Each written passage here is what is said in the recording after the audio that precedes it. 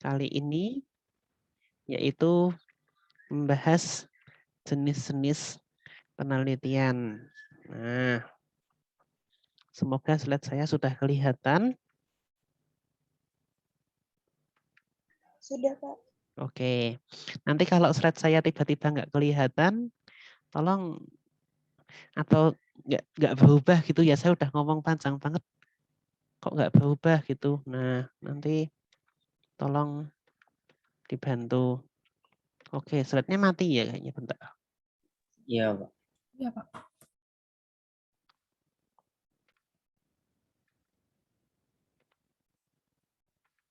Oke, saya share screen ulang. Apakah sudah kelihatan sekarang? Sudah, Pak. Sudah, Baik, Pak. terima Sudah, Pak. kasih. Ya, oke. Nah, hari ini kita akan membahas jenis-jenis penelitian. Nah, nanti slide-nya saya sampaikan, jadi tidak harus dicatat, tapi dicoba dipahami dan dipikirkan, dibayangkan gitu. Apa sih penelitian-penelitian ini? Nah, kalau kalian membaca kemarin ya, dari banyak jurnal yang sudah kalian kerjakan, banyak video penelitian yang telah kalian simak ya, kalian saksikan, kalian akan menemukan di sana penelitian itu dilakukan dengan cara yang bermacam-macam ya. Ada yang mungkin menelitinya di tempat yang berbeda, prosesnya berbeda, tahap-tahapnya berbeda, alat dan bahannya berbeda-beda.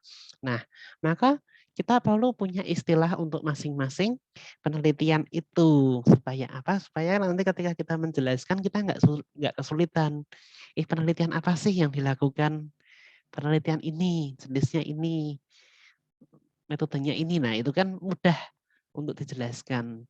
Tapi kalau kita harus menceritakan panjang lebar, penelitian saya itu tentang sampah temanya. Kemudian yang saya lakukan adalah ini, tujuannya ini. Saya yang saya lakukan adalah ini. Panjang sekali gitu kan. Nah, maka kita perlu punya istilah-istilah yang bisa menggambarkan, mendefinisikan penelitian-penelitian yang kita lakukan itu. Sama seperti kalau kalian di Jawa ya, orang Jawa itu mau mengatakan jatuh itu aja ada sekian ribu, sekian banyak kata. Geledak, gelimpang, itu kan barang jatuh semua atau sebenarnya. Nek gelimpang itu untuk barang, geledak itu untuk orang jatuhnya tersungkur ke belakang. Kejelungup itu jatuh ke depan. Apalagi kejungkel, kesandung. Nah, kesandung itu jatuh karena terkena sesuatu. Nah, dan sebagainya ya, banyak istilah. Nah, sama dengan ini, penelitian juga ada banyak istilah. Yang pertama kalau kita membedakan penelitian berdasarkan tempatnya, pelaksanaannya. Ini saya adaptasi dari bukunya Sutresno Hadi tahun 1984. Ada penelitian yang dilakukan di laboratorium. Nah, ada penelitian yang dilakukan kepustakaan. Kalau dulu namanya penelitian perpustakaan karena dilakukan di perpustakaan dengan membaca buku, membaca jurnal, membaca apa namanya referensi majalah-majalah dan sebagainya. Sekarang istilahnya menjadi penelitian kepustakaan. Kenapa? Karena tidak harus dilakukan di perpustakaan. Bisa kita lakukan di rumah. Asalkan kita connect dengan internet gitu ya, kita bisa searching, browsing dari banyak sumber, itulah penelitian kepustakaan. Kemudian yang ketiga penelitiannya di luar laboratorium, tapi di lapangan, penelitian kancah atau penelitian lapangan. Kita survei ke suatu tempat, mengamati, seperti misalnya penelitiannya Mas Darmadi, yang kemudian juara 2 LKI LIPI itu adalah sedimentologi sungai, pertemuan sungai Opak dan sungai Oyo. Nah, dia mengamati ke sana langsung, mengamati ke lokasi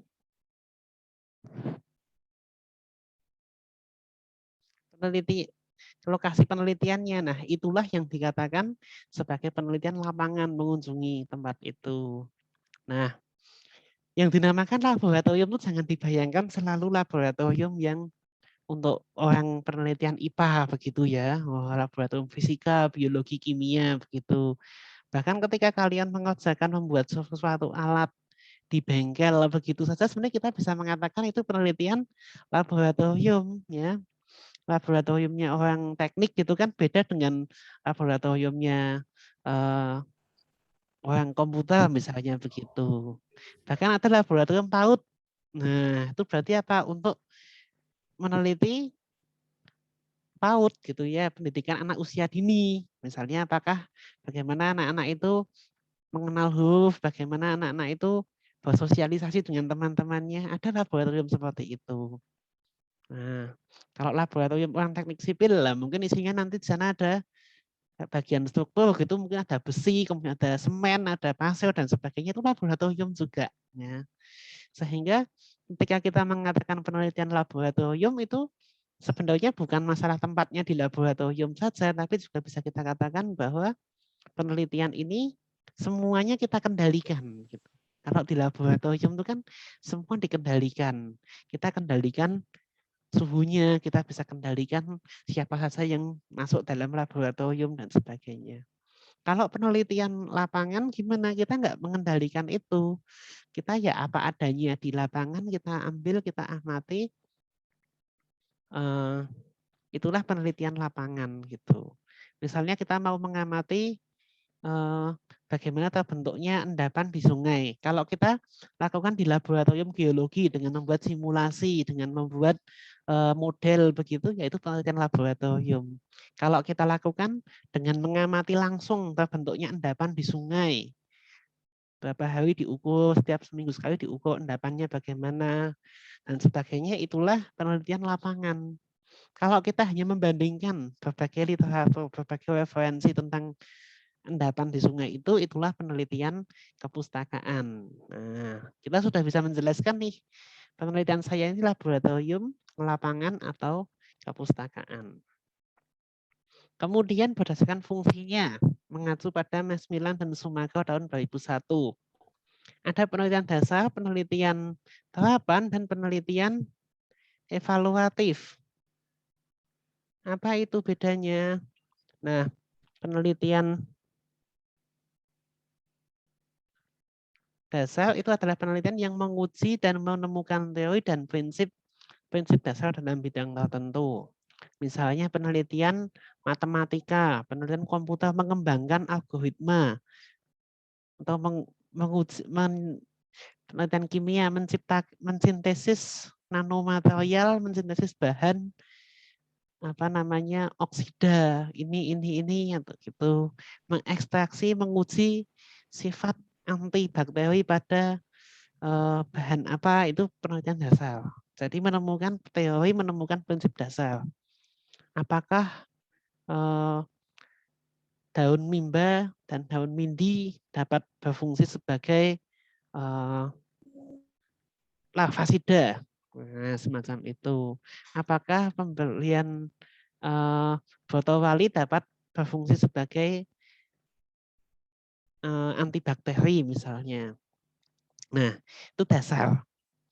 Kalau dari hasil penelitian dasar ini kita akan terapkan, gunakan pada kehidupan sehari-hari, pada masalah nyata gitu, kita akan punya penelitian terapan. Nah, kemudian juga penelitian evaluatif. Evaluatif itu artinya bukan dasar, bukan terapan juga. Dia adalah menguji manfaat, kinerja, atau performa suatu metode, program, atau kegiatan tertentu. Misalnya penelitian sosial. Apakah pemberian bantuan kartu prakerja dapat mendorong masyarakat untuk berwirausaha. Nah, ini kan menguji manfaat atau kinerja suatu program, yaitu kartu prakerja. Apakah kegiatan belajar mengajar dengan menggunakan Zoom memberikan semangat bagi siswa untuk belajar. Nah, itu berarti kan manfaat kinerja dari suatu metode dengan menggunakan Zoom dan sebagainya. Nah, dasar, terapan, dan evaluatif. Terapan tadi apa, Pak? Misalnya, tadi kalian sudah menemukan ada penelitian yang mengatakan bahwa daun mimba dan daun mindi itu punya sifat sebagai larvasida. Kemudian penelitian terapannya gimana? Bagaimana membuat daun mindi dan mimba itu bisa dimanfaatkan secara praktis sebagai larvasida. Misalnya, oh kalau gitu gimana kalau daun itu kita ubah menjadi tablet atau kita jemur, kita keringkan, kemudian dimasukkan dalam kantong, nanti seperti teh celup itu lalu dicelupkan disimpan di dalam air. Apakah bisa masih berfungsi sebagai larvasida atau tidak? Nah, itu adalah penelitian tahapan. Jadi prinsip atau teorinya sudah ditemukan, kita tinggal menguji untuk digunakan dalam kehidupan sehari-hari. Nah, kemudian yang ketiga, penelitian berdasarkan lama waktunya. Ada penelitian potong lintang atau cross seksional dan penelitian longitudinal. Nah, penelitian potong lintang ini dilakukan dengan melihat kondisi pada satu waktu atau satu periode saja. Dalam sebulan, dalam setahun, dalam sekian minggu, berapa bulan begitu. Namun satu kali pengamatan, jadi hanya satu waktu saja gitu, satu periode saja. Kalau penelitian longitudinal dilakukan dalam jangka waktu yang panjang. Nah, untuk membandingkan keadaan situasi pada beberapa waktu atau periode. Nah, Pak, kalau panjangnya, tadi kan katanya potong lintang itu bisa setahun. Terus kalau longitudinal berapa tahun? Nah, ini tergantung dari maksud penelitian kita. Misalnya begini, kalian ingin meneliti apakah pembelajaran daring yang dilakukan pada kelas awal SD membantu anak untuk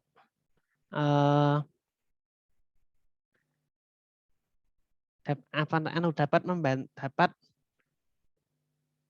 membantu anak untuk bersosialisasi misalnya.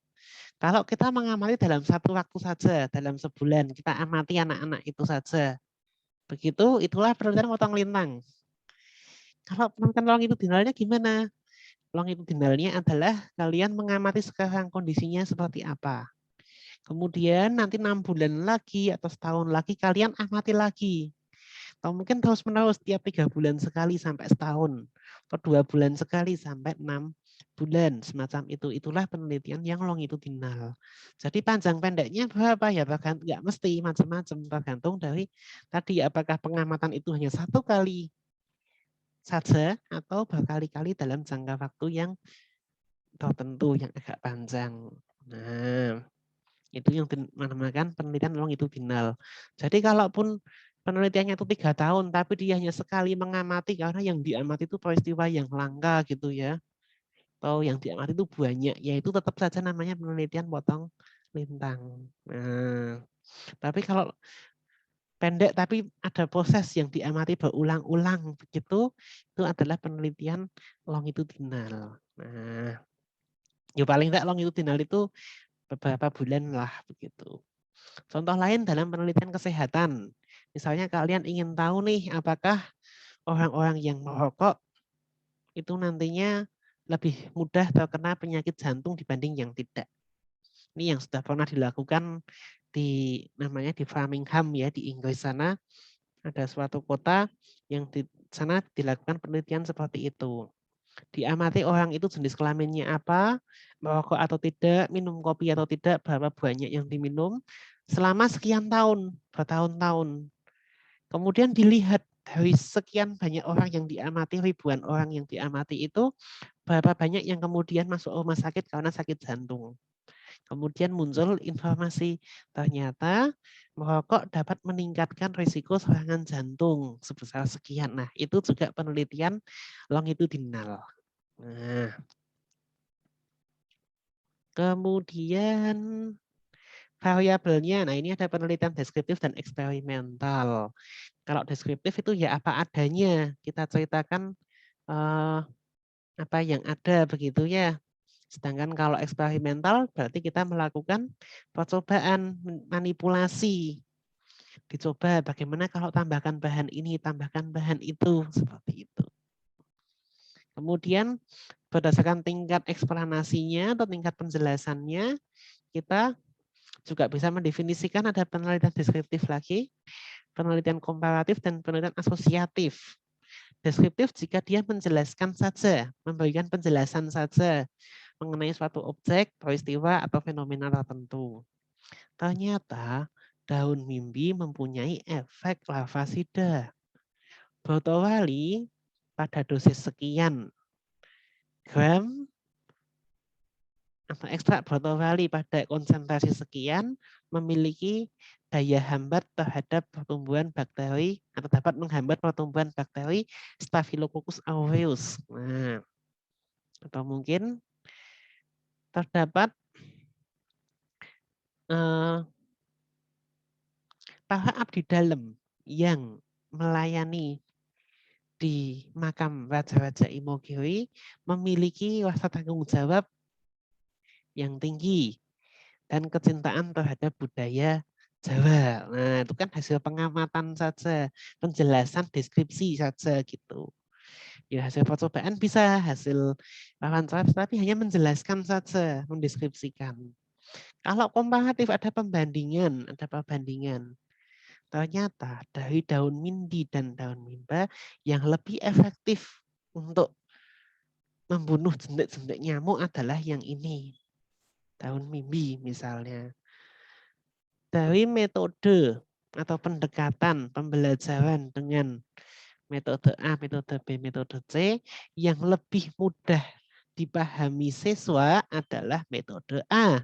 Nah, itu komparatif pembandingan ya. Ada yang dibandingkan. Nah, ada penelitian asosiatif. Artinya apa? Kita melihat hubungan. Apa ya hubungan antara, adakah hubungan antara tidak mengikuti Zoom dengan kemampuan memahami pelajaran matematika. Nah, apakah yang tidak pernah Zoom, tidak pernah berangkat atau sering telat itu kemudian tidak paham atau bagaimana? Nah, itu asosiatif mencari hubungan. Hubungannya apa? Hubungannya bagaimana? Seperti itu. Nah, itu beberapa macam penelitian secara sederhana. Kemudian kita juga akan melihat istilah yang sudah sangat sering mungkin kalian dengar di kemarin ketika membaca jurnal, melihat video-video itu, ada yang mengatakan penelitian kualitatif dan penelitian kuantitatif. Nah, apa sih penelitian kualitatif dan kuantitatif? Nah, mari kita lihat ilustrasi berikut. Dua orang peneliti ingin mengetahui apakah penggunaan Google Classroom layak direkomendasikan karena dapat membantu siswa SMA dalam belajar matematika. Nah, masalahnya itu, apakah penggunaan Google Classroom dapat membantu siswa belajar matematika? Nah, ada dua orang peneliti dan mereka mengambil cara yang berbeda pula.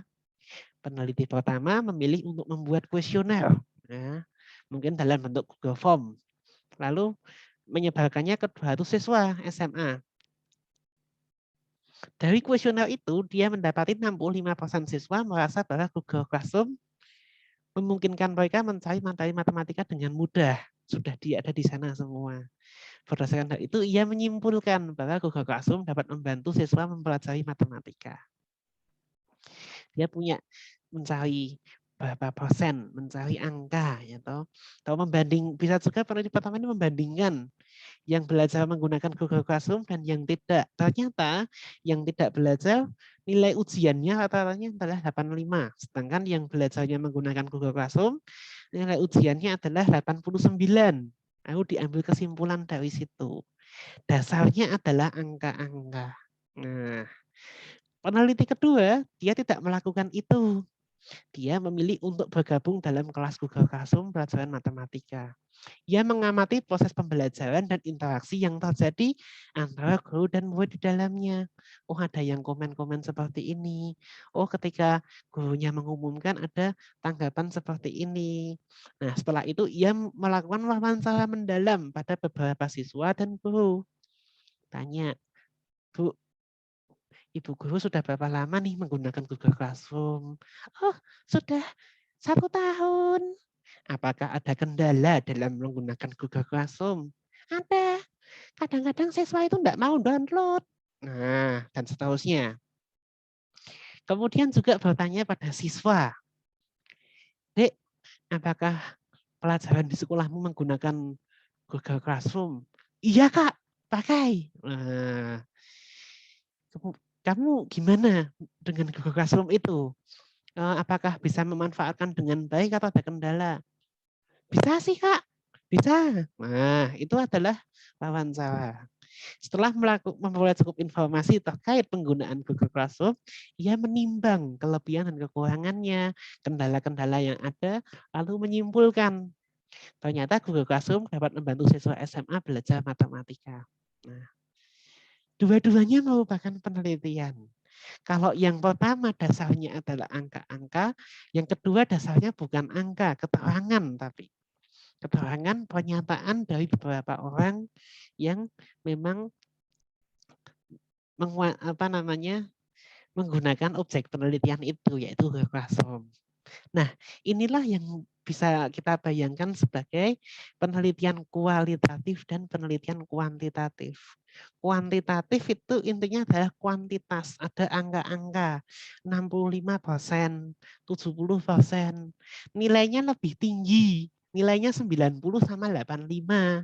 Nah, selisihnya sekian, suhunya lebih tinggi, kandungannya lebih tinggi, lebih rendah, sekian persen, sekian nilainya. Itu adalah kuantitatif. Rata-ratanya sekian. Nah, kalau kualitatif bagaimana?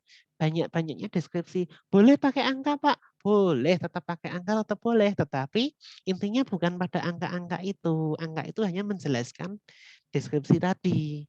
Oh, ternyata saya sering mengalami kesulitan. Ada 6 yang sulitnya seperti ini dan sebagainya. Itu adalah yang kualitatif.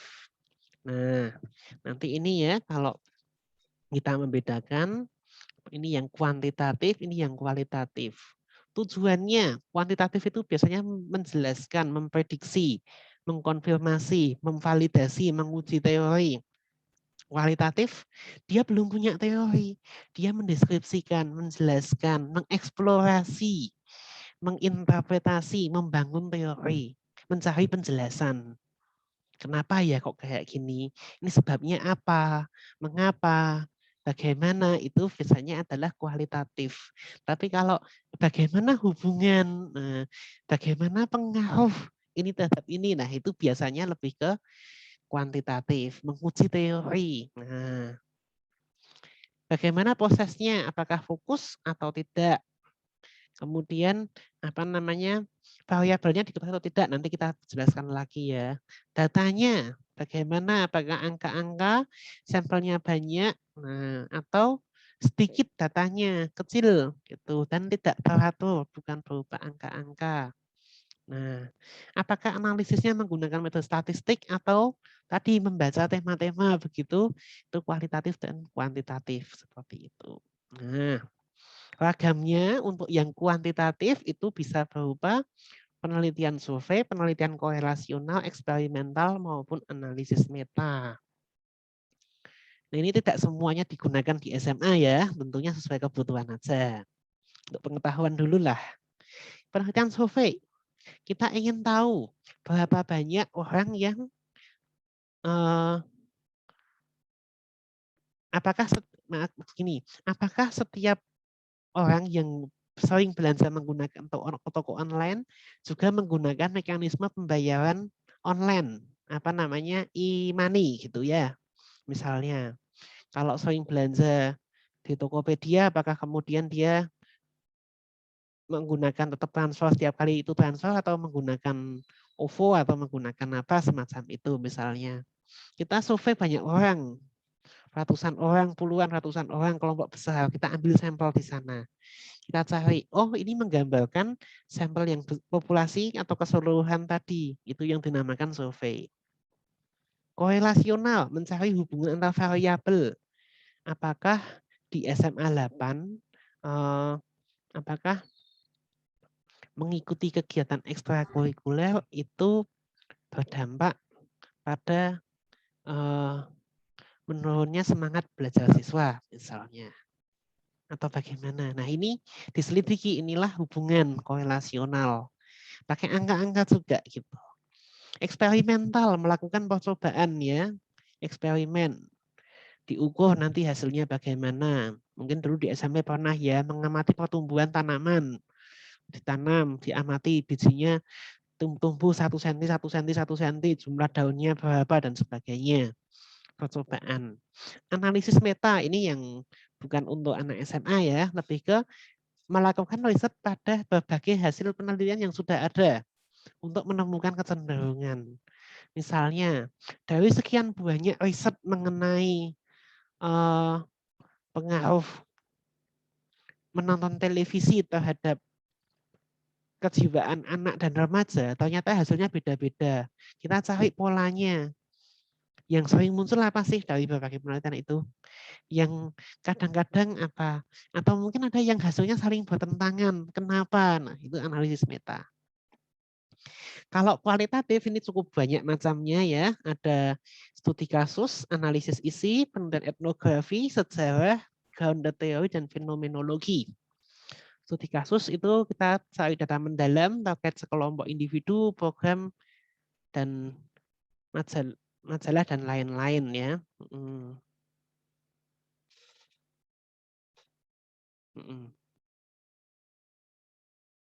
Jadi studi kasus kita mendalami suatu kasus tertentu, sekelompok orang, suatu tempat, suatu desa, ada fenomena yang menarik di situ. Kita dalami di situ tuh sebabnya apa. Begitu. Analisis isi itu menggunakan karya cipta yang dianalisis bisa televisi, koran, majalah, novel, media sosial, dan lain-lain. Misalnya, apakah ada kecenderungan nilai-nilai yang sama yang muncul pada setiap novelnya Andrea Hirata atau novelnya Terelie. Nah, apa kalau ada? Atau mungkin dalam komik-komik Jepang begitu ya. Atau mungkin dalam drama Korea. Nah, kalian melihat nih dari banyak drama, kok hampir semua ada cerita ini. Nah, kalian teliti. Benar nggak sih ini tuh ada di setiap cerita atau jangan-jangan ini tuh hanya sebagian aja atau bagaimana? Nah, itu analisis isi. Penelitian etnografi itu kaitannya dengan budaya, unsur budaya tertentu pada kondisi yang sesungguhnya. Kalian mengamati suatu tempat, suatu lokasi, apa namanya, terdapat tradisi budaya tertentu di sana, lalu diamati. Nah itu, seperti itu. Kemudian sejarah. Sudah jelas ya ini ya, mengungkap fakta masa lampau. Grounded teori, menurunkan teori, mendapatkan teori, dan sebagainya. Mengungkap pandangan itu fenomenologi. Ini ya, nanti penjelasan masing-masingnya bisa dibaca. Kalau nggak jelas, bisa ditanyakan, nggak masalah. Kemudian campuran juga. Artinya apa? Dia menggunakan sekaligus baik kualitatif maupun kuantitatif. Seperti punyanya Mbak Salsa itu ya, di depan dia pakai kualitatif, di belakang setelah kualitatif itu menemukan masalah, dia kemudian membuat alat lalu diuji secara kuantitatif. Nah, itu mix method atau campuran. Desainnya macam-macam, bisa konvergen, bisa embedded, bisa exploratory, bisa explanatory. Nah, tergantung mana yang dilakukan, mana yang penting. Exploratory artinya apa? Kita cari dulu masalahnya, wawancara sebagian orang secara mendalam. Kualitatif ya, kemudian setelah itu kita uji apakah ini benar-benar ada di sana atau tidak dengan membuat angket kuantitatif. Nah, seperti itu. Explanatory sebaliknya, ada angket loh, kok hasilnya begini? Kenapa? Kita lakukan wawancara mendalam pada beberapa orang yang hasilnya unik atau istimewa. Itu explanatory, mencari penjelasan. Itu desain campuran. Kemudian terakhir yang juga sering kita gunakan adalah metode R&D atau Research and Development, penelitian dan pengembangan. Dia penelitian longitudinal terdiri beberapa tahap untuk apa? Untuk menemukan, mengembangkan, dan memvalidasi suatu produk untuk dipergunakan. Dapat dilakukan untuk menghasilkan berbagai produk tentunya yang berkualitas. Nah, dulu contohnya yang pakai R&D itu adalah Mbak satu sebagian di tengah-tengahnya yang pengembangan software itu sebenarnya R&D juga. Kemudian punyanya Mbak Cesa dan Mbak Lila yang terapi autisme online itu juga menggunakan L&D. Dia mencari dulu masalahnya apa, mendesain solusinya apa, diuji coba, divalidasi, tanyakan pada ahli, diuji coba, setelah diuji coba kendalanya apa, digunakan untuk memperbaiki. Setelah diperbaiki dicoba lagi sampai jadi. Setelah jadi kemudian dilihat sudah cantik belum, sudah menarik belum, tampilannya bagaimana, desainnya, revisi lagi sampai benar-benar sudah layak digunakan seperti itu. Nah, walaupun kalau untuk penelitian SMA kadang-kadang L&D-nya nggak sampai sana, tapi hanya dipotong, misalnya sampai membuat prototipe atau model. Modelnya sudah bisa digunakan, sudah siap digunakan. Nah, itu baru apa namanya penelitian L&D. Begitu untuk hari ini dari saya. Materinya nanti saya share di chat. Silahkan kalau ada pertanyaan bisa disampaikan entah lewat chat, entah secara langsung, diperbolehkan. Monggo disilahkan. Kita masih punya sekitar 5 menit ya. Dan kalau memang ada yang belum jelas, tentunya kalau sudah selesai, ini sudah selesai pelajarannya, Pak, saya masih belum jelas ya, nanya di WA tentunya juga nggak masalah ya. Tentunya saya memperbolehkan untuk bertanya di WA.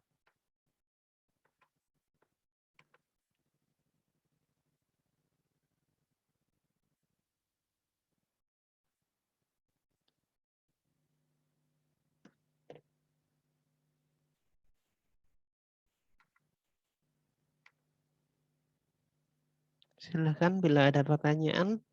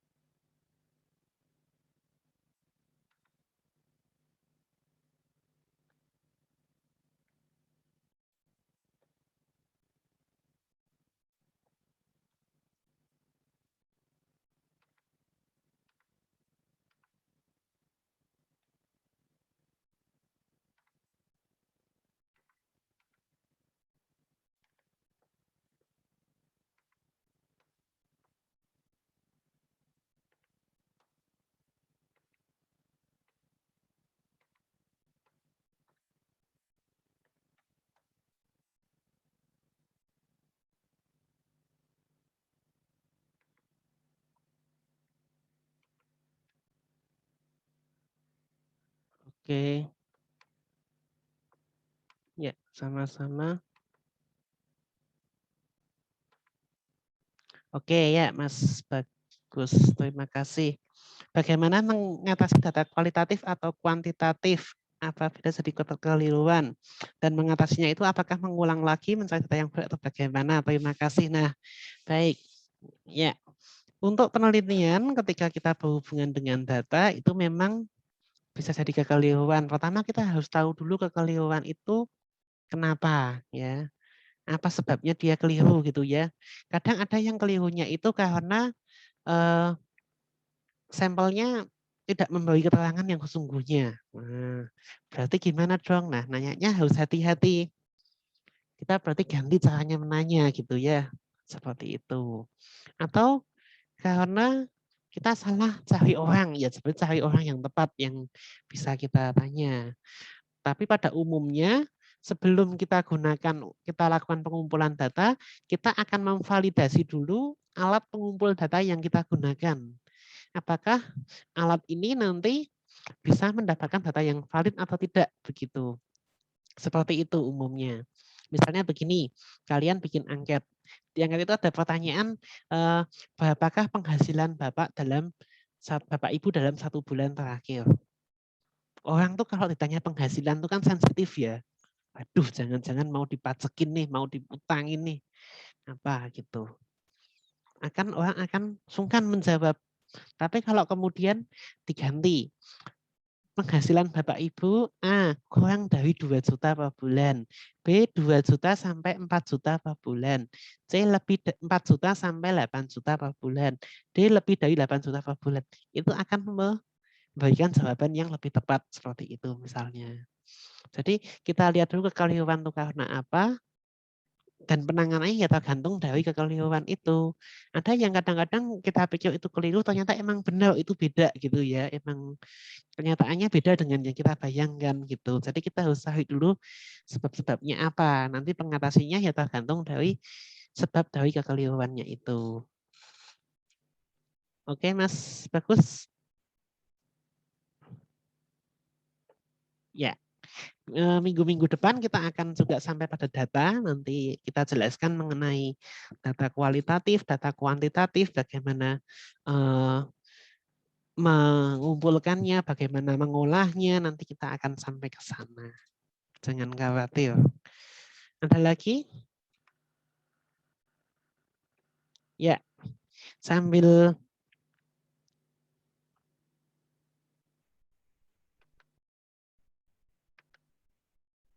menunggu pertanyaan selanjutnya, silakan ya sambil bebas bertanya ya di kelas ini. Saya minta kalian menjawab ini. Sejujurnya saja, toh namanya nggak bisa saya lihat siapa yang menjawab. Bagaimana kesanmu terhadap materi jenis-jenis penelitian yang diberikan hari ini? Silakan pilih lebih dari satu boleh, sesuai dengan apa yang kamu rasakan, apa yang kamu alami gitu ya.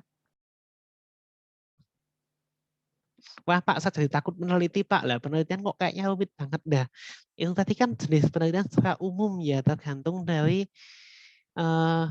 yang mau kita gunakan yang mana gitu aja. Jadi saya pun juga masih belajar ya. Artinya ada banyak penelitian yang saya sendiri mungkin baru tahu juga biasa gitu. Misalnya ada penelitian naratif. Apa itu? Ternyata dia tuh bisa meneliti satu orang atau satu individu, tapi secara mendalam. Nah, kenapa individu ini diteliti mendalam? Mungkin dia punya keunikan, punya keistimewaan. Ada hal yang berbeda dari yang lain. Misalnya, ada anak kelas 1 SD atau kelas 3 SD, tapi dia udah paham logaritma. Wah, ini kan unik tuh. Kok iso cah kelas 3 SD paham logaritma? Nah, kita dalami. Gimana tuh caramu kok bisa ngerti logaritma? Siapa yang ngajari? Logaritma itu gimana sih pemahamanmu? Nah, prosesnya gimana? Kok kamu bisa ngerti itu? Cek, tanya gitu. Itu penelitian juga bisa, bisa seperti itu. Nah,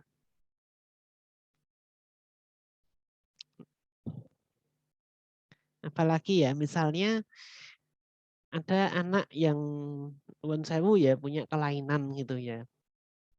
Kemudian bagaimana kelainan itu, bagaimana anak itu bisa tetap di sekolah biasa, dia berdamai atau apa ya istilahnya ya, bisa menutupi, bisa bukan menutupi ya, bisa mengatasi masalah yang ditimbulkan oleh kelainan atau abnormalitas yang dimilikinya. Itu juga bisa menjadi sebuah penelitian yang menarik. Banyak intinya. Kehidupan orang-orang yang unik, yang kadang kita kok bisa ada orang yang hidupnya seperti itu, kok bisa ada orang yang begitu, itu kan sesuatu yang menarik ya. Atau mungkin ada orang-orang yang tinggalnya di jalan gitu, nggak mau tinggal di rumah. Kenapa? Nah itu. Oke. Pak, bagaimana untuk penelitian yang perlu datang atau ke lapangan pada masa pandemi orang kesulitan untuk keluar? Ya tentunya ketika masa pandemi ini yang kita bisa lakukan adalah ya apa namanya, menunggu bisa longgar lagi pembatasannya atau kemudian juga kita datang dengan protokol kesehatan dan sebagainya. Tentunya kita juga melihat ya bahwa resistensi tiap orang, tiap daerah itu beda-beda. Ada tempat-tempat yang orangnya cuek gitu ya, nggak apa-apa, yang penting pakai masker, boleh kok datang gitu. Ada yang tempatnya ketat, wah selama pandemi kami nggak bisa menerima orang dari luar. Ya kita perlu lihat dulu situasinya di lapangan bagaimana. Apakah betul-betul tidak ada kemungkinan untuk kita itu hadir, kita itu datang, mengamati, melihat, atau sebenarnya masih bisa, tentunya dengan protokol kesehatan yang tepat.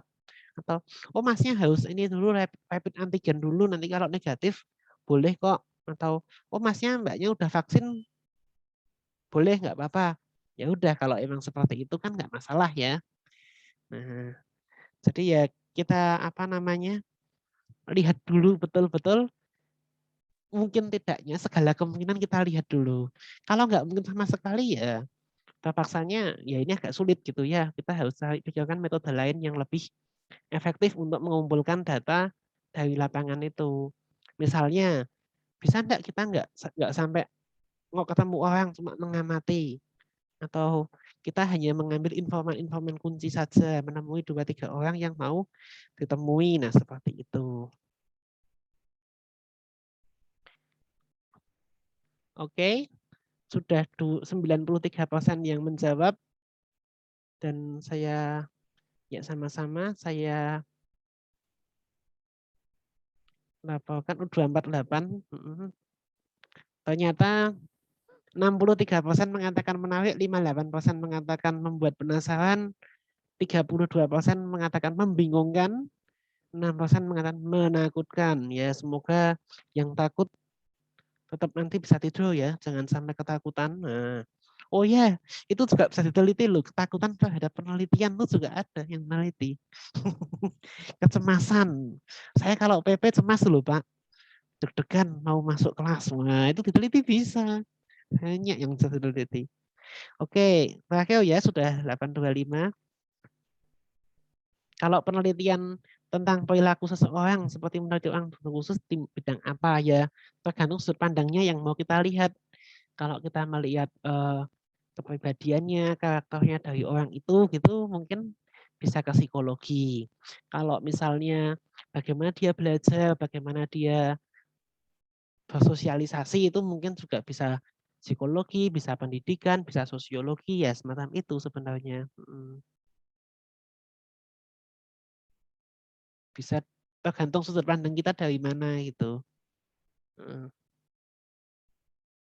Kan yang diteliti apanya, atau misalnya apakah misalnya dia itu